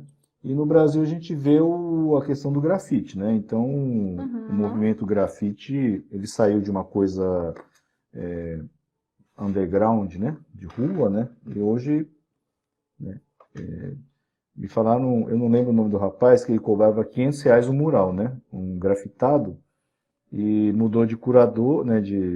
E o cara foi para o exterior, são 500 mil euros, né? Para fazer um mural. Então, mas é que teve todo um movimento, né? Não é assim, de um dia para o outro, teve todo um movimento de promoção, de conscientização, porque é um pouco isso, né? Essa apreciação do. Eu vejo isso muito no meu trabalho, porque o meu trabalho é muito rústico, assim, sabe? E não uma cerâmica muito. Não é muito bonita, né? O meu trabalho. Então, se eu tenho tempo para explicar o processo, né, do meu trabalho, eu consigo vender, assim, né? Consigo pegar, consigo me conectar, né, com a pessoa. Então, eu acho que é um pouco isso, né? Da gente não é só colocar a peça, mas a gente precisa. Essa palavra que você usou é muito adequada, educar o público, né? Uhum, Por que é bom? Não sei por que é bom. Essa é uma. uhum, A gente tem que jogar a pergunta pra gente. A cerâmica é melhor que uhum. vidro? Então por que você não compra cerâmica em vez de Exato. vidro, A, né? a Por que você gente tem continua que saber comprando, justificar o porquê daquilo. né? Aquilo tem que ter importância pra gente. Eu acho que uma coisa que para mim é muito forte e entra muito pensando aqui no que o Bruno perguntou, né, de um Hum, segredo, vamos dizer assim. hum, Eu acho que quando a gente tá empolgado com a coisa, a gente consegue hum, passar essa empolgação pro outro, sabe? Quando a hum, gente enxerga valor no que a gente faz, a gente consegue fazer o outro ver valor no que a gente faz. E aí eu acho que tá a chave que eu falei que foi o meu maior desafio lá no começo, né? Eu precisava que as pessoas validassem o que eu estava colocando ali, mas a partir do momento que eu comecei a a enxergar o valor no que eu faço e eu comecei a explicar para as pessoas e me empolgar com isso, porque aquilo me empolgava de verdade, eu conseguia transmitir essa empolgação para o outro, eu conseguia transmitir esse entusiasmo e essa valorização para as outras pessoas. Então a ah, gente tem legal. sim que ter noção do que a gente está fazendo. Uhum, E eu acho que a gente tem que ser muito sincero e muito honesto também, no sentido de, por uhum, exemplo, eu já tive experiências minhas e conheço outros ceramistas também que tiveram experiências do tipo assim: chega alguém, ah, eu quero comprar X peças para o meu restaurante que eu vou abrir. uhum, Olha, uhum, nunca fiz esse tipo de peça. Se você topar, a gente desenvolve junto, mas para mim vai ser um processo de aprendizagem. uhum, Então a gente vai ter que construir em conjunto. Se der uhum, errado, eu refaço, porque para mim é um processo de aprendizagem. Então às vezes eu tô pagando para produzir, porque eu quero topar esse desafio. Então chega um momento em que a gente consegue fazer esse tipo de escolha também, sabe? E uhum. aí a gente precisa ser muito honesto com as pessoas. E aí as pessoas elas compram a gente e não a peça, Eu, sabe? não querendo desviar um pouco, eu faço fornos, né? De Uhum, artesanais de lenha, né? E meu preço, como profissional de que projeta, né, fornos específicos, ele não é, as pessoas, um orçamento, a pessoa fala, nossa, tudo isso. Só que assim, eu cobro para um projeto, né? Se eu vou fazer um projeto, então eu quero saber, eu tenho que tirar muitas informações da pessoa e eu cobro para um projeto. Eu dou um uhum, projeto do desenho, de como funciona, como queima, etc e tal, mas é um trabalho, eu gasto tempo e eu tenho o, o investimento que eu fiz, né, para isso. Então eu tenho minha hora de trabalho para desenvolver um projeto. Para me uhum, construir o forno, aí é um outro trabalho. Ele não é uhum. projeto, ele é execução. Então aí Sim, tem para me tirar de onde eu estou para ir para um outro lugar, para um outro estado, eu tenho o meu trabalho, que eu ganho pelas horas que eu vou trabalhar, e os custos, né? Porque eu vou ter sim, que me deslocar, então tem gasolina, tem tudo naturalmente. isso. Então, eu acho que é um pouco. Ó, deixa eu passar umas perguntas, porque senão a gente vai ter tanta pergunta aqui. Ó, Maria Estela Cerâmica fala, como calcular o tempo de uma peça, né, sendo que tem tantas etapas envolvidas e participação em tarefas comuns a outras. Tá. Então, execução, fósforo, limpeza, etc. Então, Uhum. como que a gente calcula o tempo de cada peça, né? Como que você faria, por exemplo? Eu acho que a gente tem um universo muito subjetivo dentro da produção artesanal, seja de cerâmica, seja de qualquer outra coisa. Uhum, Quando a gente está falando de tempo de fazer, né? uhum, Mas eu penso assim, a gente tem, nossa, eu refleti muito sobre isso, porque assim, eu tenho a minha realidade, que eu repito a mesma peça 250 mil vezes, mas tem as uhum, realidades como a do Makoto, que ele vai fazer uma peça artística, que ele pode demorar o uhum, mesmo tempo que eu demoraria para fazer 50 pratos para fazer uma peça, né? uhum, Então é muito, muito, muito subjetivo isso. Como que eu uhum, penso? uhum. E isso é uma opinião minha, tá, gente? Vocês podem discordar e me dar opiniões diferentes que eu aceito. Eu acho que Eu só acho que a colocando um gente. adendo, Uhum, pessoal, o que acho que a Cintia está querendo falar, ela é dentro da realidade da proposta de trabalho da Cinti, né? Ela tem um Uhum. público-alvo, tem um ritmo de produção, né? Então, eu acho que nesse sentido, cada um tem que se adequar, né, Cintia? Exato. Qual que é o seu Mas público-alvo, o o seu, que que eu, enfim, o né? que que eu penso sobre como que a gente tem que encarar essa questão do tempo? Porque se Uhum, dentro do preço de uma peça, o tempo é o que mais vai custar, porque é uma uhum, peça artesanal. Então, o ser que cria aquela peça é o que mais custa de tudo. Tá? É o uhum, preço sim, mais sim. alto que se paga na produção, é a mão de obra do artífice, do artesão, do artista, enfim. Uhum, E aí, assim, se você tem peças que você repete, você pode sim pegar um timer no celular e fazer. Vou fazer uma peça. Faz uma peça, calcula quanto tempo eu demorei para separar argila.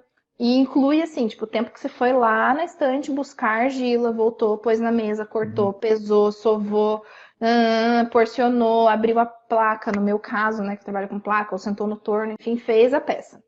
Aí você pôs a peça na estante. Você não vai contar o tempo que a peça tá lá secando na estante, mas você precisa considerar um tempinho do você ir lá olhar a peça. Tipo, então uhum, considera, sei lá, alguns minutos ali. Tipo, fui lá, olhei, tá tudo bem. Não, preciso uhum, dar uma mexida. Não, vou virar pra cá, vou virar pra lá. Porque tem toda essa ladainha de ficar babá de peça, né?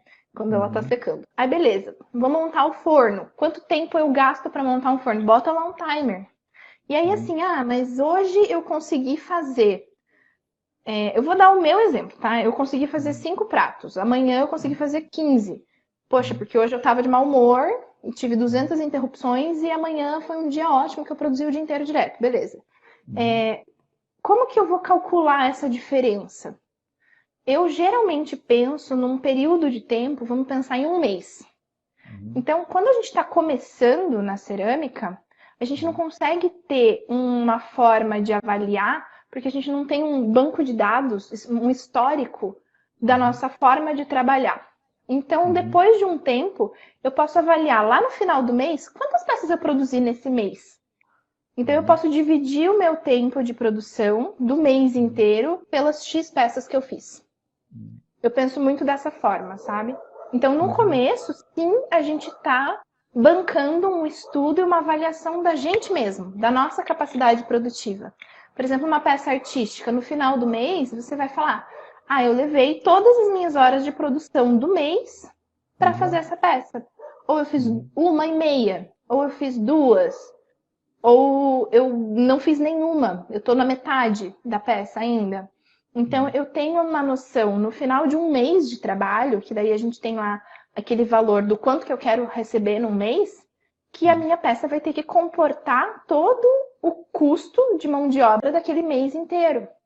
Então, eu prefiro pensar num mês do que pensar nos segundos que eu estou levando para sovar a massa, sabe? Então, por exemplo, deixa eu ver se eu consigo entender, tá, Cíntia? Por exemplo, então vamos supor que feche no mês, né? Então, entrou no mês de maio, Vou fazer uma digamos que eu média. tenho eu me proponho ou por encomenda ou por mim mesmo a fazer, por exemplo, 100 peças, né? Então, Uhum. digamos que eu leve 100 peças, eu gaste o mês inteiro para fazer 100 peças, trabalhando, sei lá, 5 dias por semana, 8 horas por dia, Uhum. e então, eu acho que é um ciclo, né? Pelo que eu entendi que você está falando, preparo do material, a modelagem, acabamento, biscoito, enfornamento, esmaltação, enfornamento, queima final e checagem, né? Aí, digamos que eu levo um mês, esse seria mais ou menos o cálculo, assim. É claro que não vai ser Isso. exatamente um mês, mas São esses ciclos que a gente tem de produção, né? ciclo, né? Tá, tá.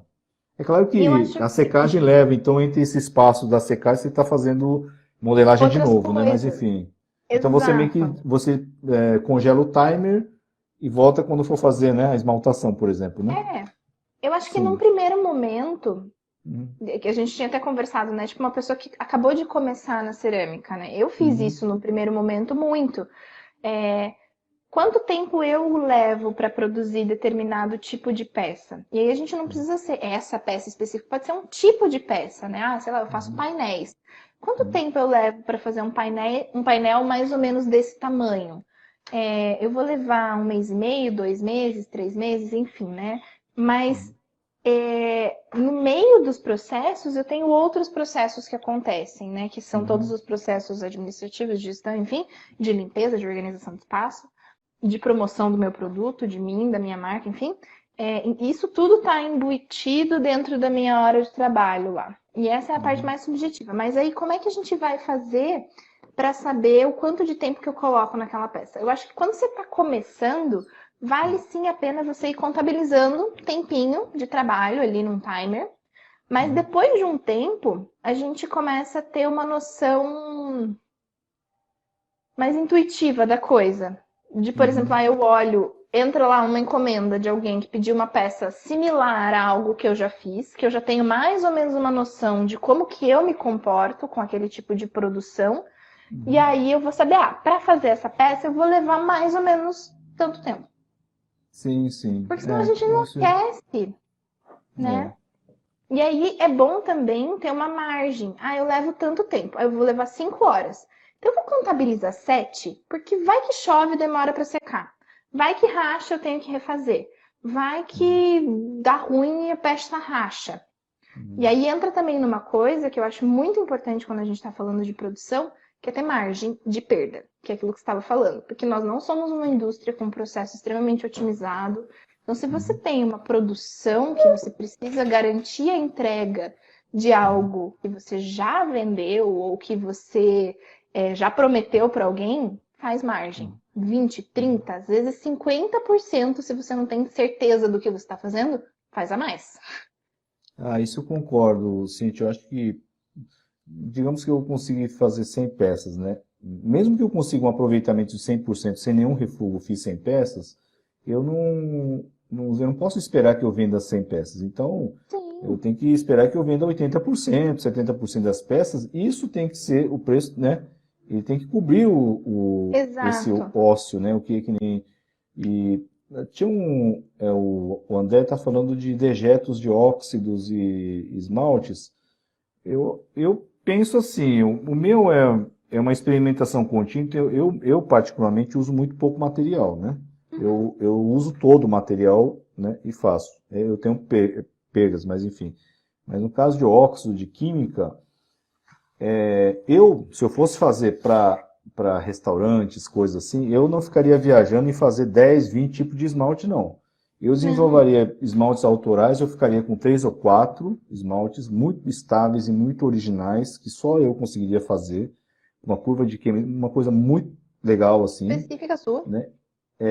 Porque aí você diminui os dejetos, porque você vai ter de 4 esmaltes, você sempre vai estar usando os 4 esmaltes. Então, o que seria o dejeto disso se você usa só eles dentro de galões, né? Então, em tese, só teria dejeto se Você retorna esse dejeto é para mistura. isso. Você lava dentro, teria um para esmaltar, um outro para lavar o pincel, tal, né? Depois você calcula a densidade, você refaz a densidade dele, né? Eu faria isso, né? Mas, Por exemplo, bom, aqui que é uma eu sei. realidade bem diferente, né? A gente tem a escola e Uhum, assim os alunos usam 250 tipos de esmaltes diferentes. uhum. Eu tenho tanque de decantação embaixo das minhas pias, uma de esmalte, uma de argila bonitinho, e a Sim, gente sim. pega aquilo, limpa e faz um esmalte da sorte. Isso. A gente chama de Nevermore lá na ateliê também. E fica bom, viu? Fica bom. Cada um dá um nome, né? Aqui, pra mim, esmalte da sorte funcionou, porque daí as pessoas passaram a usar, porque elas acharam legal, entendeu? Porque, ai, que legal, da sorte, né? É que nem aquele Mas biscoitinho antes chinês, ninguém né? usava. É. Deixa eu voltar algumas perguntas. Não. A Alissa Rezende, ela está perguntando. Desculpa. André Sampaio, de novo. Você produz por demanda ou faz um estoque de peças no biscoito para acelerar o atendimento? A Uhum. cerâmica, o André Sampaio está perguntando. André, vou ser bem honesta com você, que o meu sonho sempre foi ter um estoque de biscoito, mas eu não cheguei nesse ponto, porque eu sempre trabalhei com encomenda.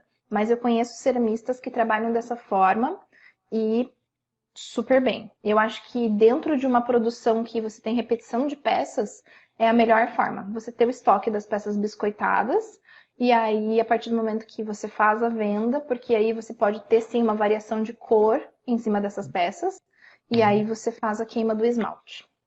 Mas Ah, eu acho que é legal. uma excelente forma de você otimizar as suas vendas. É uma coisa que eu sempre almejei e talvez um dia eu chegue lá. Hum. Mas E tem um rapaz que eu conheci lá na Espanha, uhum, chama-se Diego Samperi. Acho que uhum, chama Samperi Design no Instagram, se uhum. vocês procurarem ele. Ele trabalha dessa forma. Ele tem um estoque de biscoito, dois, três esmaltes e é super agilizadão, assim, bem legal. No Japão, em geral, eles trabalham assim também. Uhum, Eles, é, mesmo os que são mais artistas, eles têm dois tipos de argila, né? Eles já uhum, estocam um monte de argila, toneladas, e uhum, eles se especializam em alguns, no caso de utilitários, né, funcionais, eles se especializam em alguns. Alguns fazem cuia, outros vaso, uhum. prato. Eles têm uma metodologia muito bem definida, assim. Esmalte é isso, é dois, três esmaltes, mas é aquele esmalte que ninguém copia, ninguém consegue copiar, né? Sim, É, por mais que passe o, a receita, é outra realidade de queima, de tudo, né? a Alissa Rezende, quando você. Desculpa, a Alissa está perguntando, a Alissa Rezende. Quando você fecha uma encomenda maior, como se você se resguarda no sentido de pequenas diferenças? Diferenças entre as peças ali. Você fala para a Eu pessoa, oi, acredito que eu deve ser faço um cerâmica pouco de, artesanal. talvez, tamanho e esmalte, né? Eu É, acho não, eu que é isso acho que ela está querendo que falar. eu nunca tive problema nesse sentido, porque as pessoas, eu falo, olha, eu faço cerâmica artesanal, vai ter diferença. Ponto. Se você quiser tudo Hum. igualzinho, vai ali na Schmidt e compra. É, Essa é a minha é, forma de trabalhar, sendo transparente. uhum, Assim, eu já trouxe IG, já trouxe chefe de cozinha, dono de restaurante para dentro do ateliê para mostrar o processo.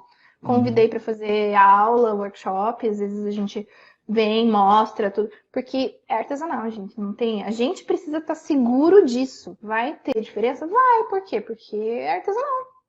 E eu acho que esse seu trabalho, esse que você está tendo de trazer o chefe de cozinha, mostrar o processo, né? Talvez na hora ele não compre porque ele fala, não, mas eu queria tudo igual, né? Por exemplo. Mas por outro lado, você está criando um público, né? Você está criando um Uhum, público, né, que começa a entender o processo e começa a se conectar com isso também, né? uhum. Então, eu acho que é Eu válido, assim, sempre, né? eu sempre me Essas, lembro, e eu sempre cito o pessoal do Estúdio Neves, assim, porque para mim eles são um puta de um exemplo.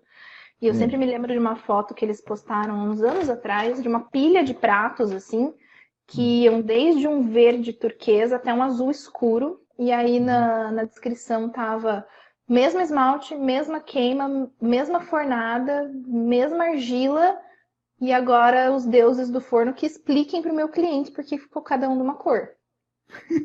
Essa é a vida da cerâmica artesanal, entendeu? A gente não Hum. trabalha com processo industrial. Então, é sim um trabalho de educar o cliente. Deixa eu só responder Claro. a Dea Monteiro. Ó, Dea, tem a planilha, tá, da Cíntia, tá no Instagram dela, tá? Do Vida Feita à Mão, e dá para baixar, tá? É que ela tá com problema de conexão, ela pediu Ah, para tá falar, lá tá bom?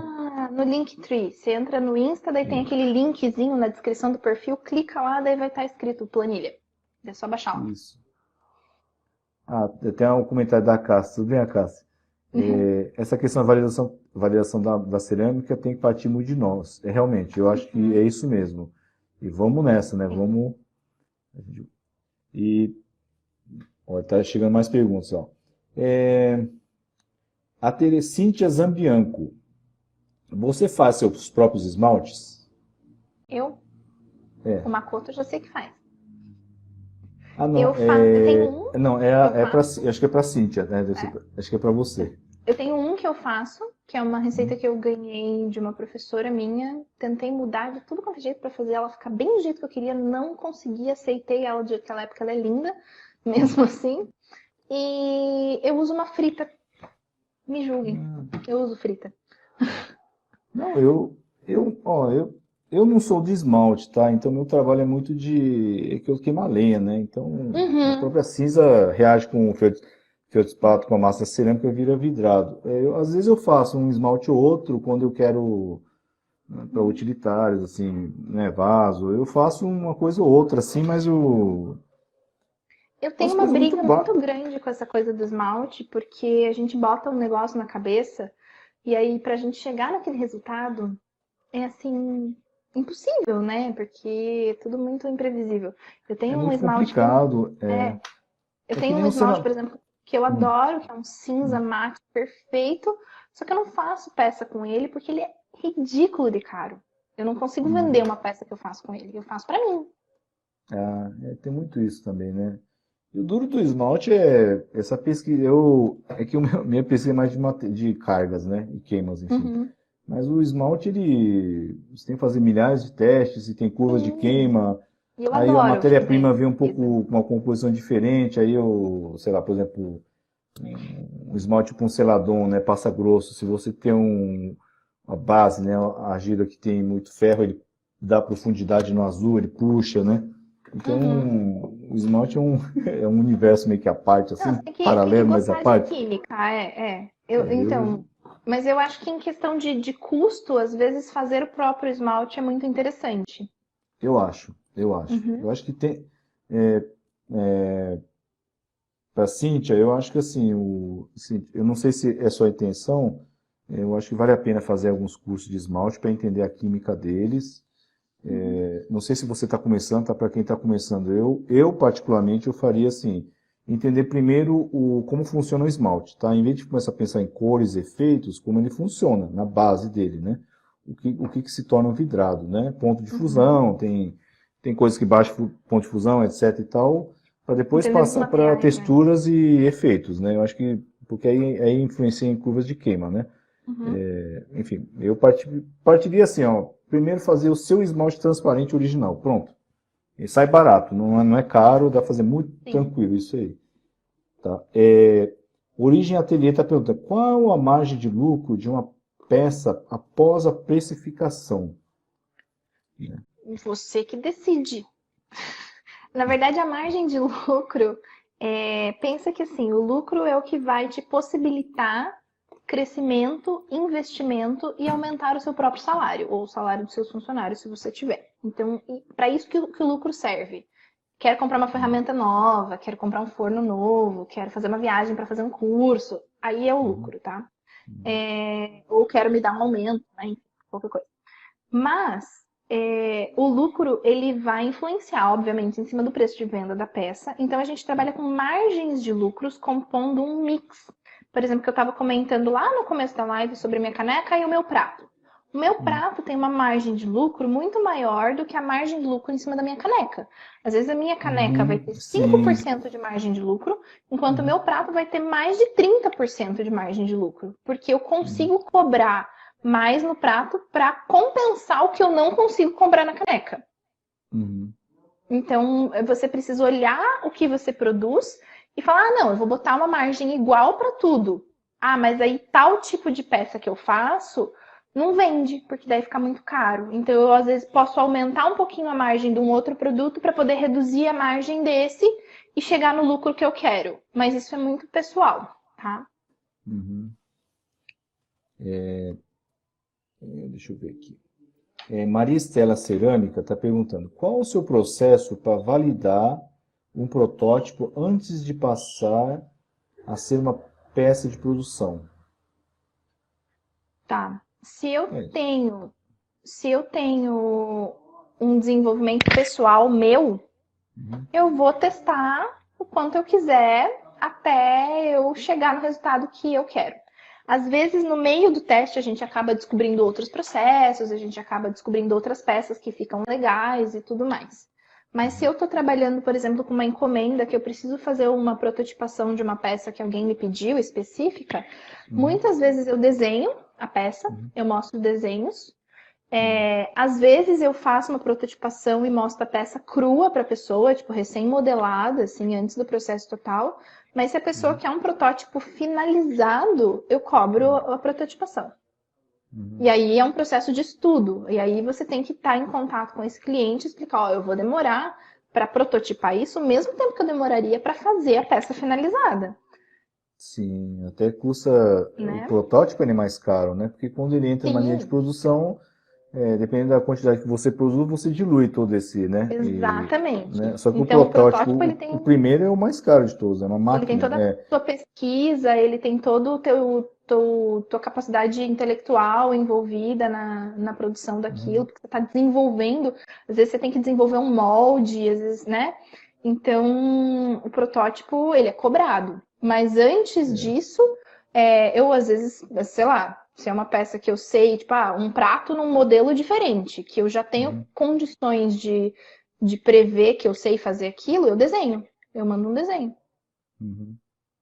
Eu, por exemplo, eu não, é que eu nunca fiz, eu não faço assim, né? Só além do só forno que eu faço por encomenda, mas peças eu não faço, né? Então, Uhum, mas digamos que eu fosse desenvolver um projeto, então eu não partiria, por exemplo, digamos no torno, eu não faria assim, então, tá bom, esses três modelos, vou fazer esse aqui, vou queimar para ver, não, não, eu partiria do papel, entender o que o cliente quer para quem ele quer vender, né? É o uhum, público-alvo, quanto se ele quer, você quer produzir em larga escala ou não, aí precisa ver o processo de produção, se é torno, placa, molde, qual que fica melhor. Faria os estudos, né, em desenho, depois eu dimensionaria, faria os protótipos, né, e depois faria uhum, um estudo de ergonomia, né, peso, etc, tal, ponto de coisa, depois queima, aí tem os esmaltes, né, que é a loucura, né, daí, uhum. eu acho que, inclusive,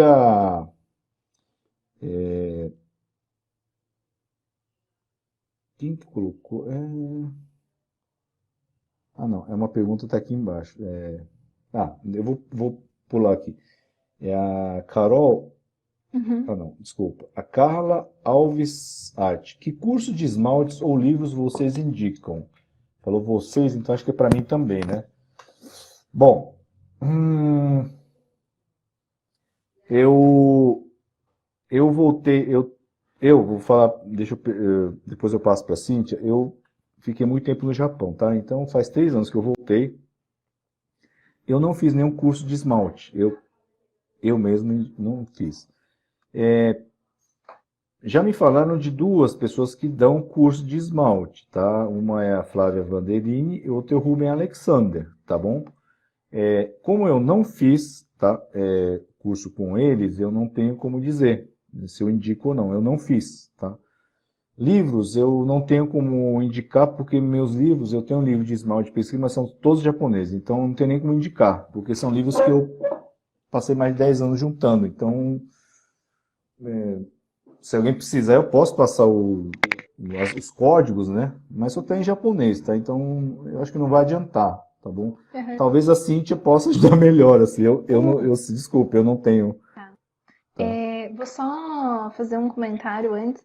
Eu tô vendo que tem muita pergunta e talvez não dê tempo da gente responder tudo. Então, se o Bruno puder deixar tudo anotado, qualquer coisa depois eu posso postar no Insta, Ah, fazer alguns posts respondendo as perguntas que a pessoa for fazendo aí, tá?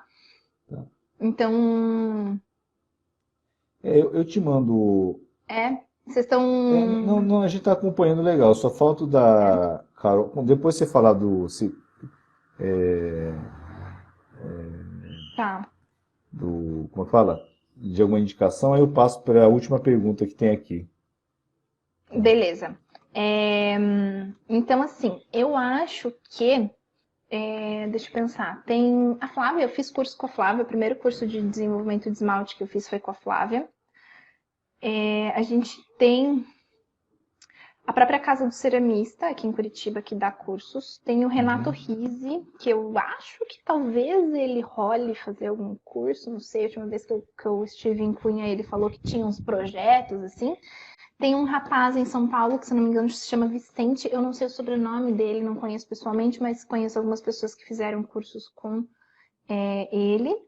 Uhum. Ah, eu fiz os cursos de formulação de esmalte algumas vezes numa escola na Espanha, então também fico nessa postura do Makoto, assim, acabei fazendo alguns cursos fora do país, Também. mas eu acho que esmalte é uma coisa que é teste. Então você tem sim alguns livros que você consegue pesquisar materiais, a maior parte deles é estrangeiro, infelizmente, né? Mas você consegue algumas coisas em espanhol.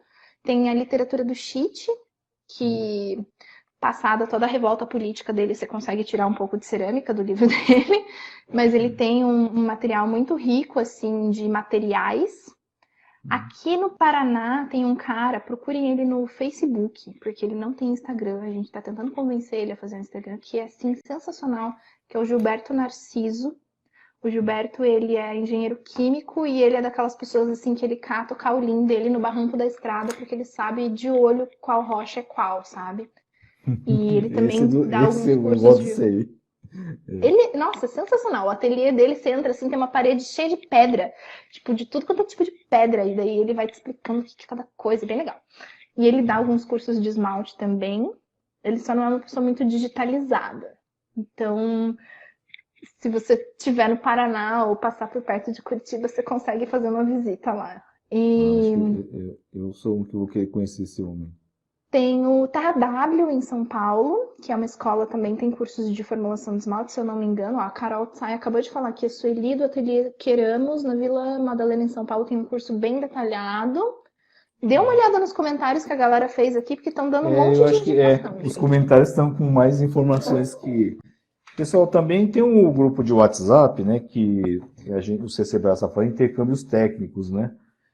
Se alguém quiser entrar, participa do. E lá o pessoal dá muita dica, assim, tá? Eu acho que talvez lá vocês tenham muito mais informações, né, do que agora, né, pela live. A Carol, inclusive, está falando aqui. É a última pergunta. Pessoal, já estamos quase com 2 horas, tá? Então, passar essa última pergunta da Carol e a gente vai encerrar a live, tá? É que senão, a gente colocou um prazo aqui, a gente combinou mais ou menos 2 horas, né? E depois podem enviar, né, perguntas direto para a Cintia, tá Podem bom? mandar. Se A eu última parir, pergunta. eu respondo depois de umas 2 semanas, mas Tá, tá eu bom. posso fazer uns posts na timeline mesmo, respondendo, porque daí fica mais geral para todo mundo também. Tá? Então vamos para a última pergunta, que é da Carol. Carol está no Cíntia, fala para a gente uma solução para cobrar estudo de projetos de encomenda. Como fazer Tá, orçamento sem saber quanto tempo isso leva? Pessoal, essa é a última pergunta, tá? Aí a gente tá. vai encerrar a live e qualquer coisa vocês podem ter Estudo de contato depois projeto de com a. encomenda. Quando a gente tem uma noção da nossa capacidade produtiva, eu acho que fica mais fácil de pensar. Mas é sempre um grande desafio, assim. Eu costumo fazer assim, eu costumo fazer uma média baseado no que eu conheço de mim, ou da minha capacidade produtiva, no caso aqui que eu tenho, tipo, auxiliar, enfim, né, tenho ajudante. Então, assim, quando a gente está começando, acho que é mais difícil, mas não é a tua realidade, né, Carol? Você tem uma noção do que você faz, do quanto você consegue produzir e de como que funciona essa tua produção no sentido de secagem, de queima, porque a gente acaba, depois de um tempo, criando uma experiência de perceber a nossa forma de produzir. Então, eu costumo sempre pensar num pacote, tipo, é uma encomenda, então o que que eu tenho que fazer nessa encomenda? Eu tenho que fazer uma peça, tenho que fazer duas, tenho que fazer 50? Beleza. Quanto tempo eu levaria para fazer uma peça? Quanto tempo eu levaria para fazer duas? Quanto tempo eu levaria para fazer 50? Beleza. Coloca uma margem de uns 30% a mais de tempo em cima. E avisa o seu cliente que vai demorar de X a X tempo. Sempre que eu faço encomenda, eu comecei a fazer encomenda, 20 dias eu entrego. Não, comecei a atrasar. 30 dias eu entrego, comecei a atrasar. Porque o que acontece? Não é só a encomenda, né? Você não tá só produzindo. Não, em 30 dias eu faço isso aí e termino. Aí, que nem alguém falou, acaba a luz. Tipo, sei lá, estoura o termopar do forno. Então, quanto tempo eu preciso de margem em cima disso? Então 60 dias eu entrego. E aí hoje a gente fala, não, a gente tem 60 dias para mínimo para encomenda, podendo ser maior do que isso dependendo da quantidade de peças que a gente vai fazer.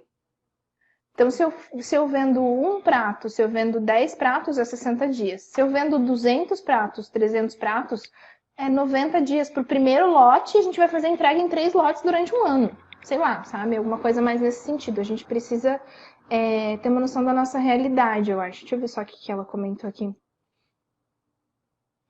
Eu também não pego nada de diferente do que você faz, É, acho que a gente vai ter que encerrar, senão ele vai encerrar por conta Ah, tá bom. e Falamos não vai bastante. ficar gravado. Pessoal, eu deixei meu celular aí, pode mandar um WhatsApp que eu incluo no grupo, tá? De intercâmbio, tá bom? É que vai dar o limite aqui da live, então eu vou ter que encerrar, tá bom?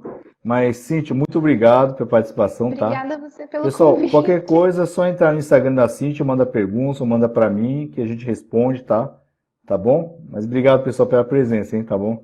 E Obrigada, gente. avisa quando o Matheus der as caras aí, tá bom? Aviso, pode Tá bom? deixar. Obrigado, tá? Tchau, Obrigada tchau, a tchau. você. Tchau. Tchau, tchau.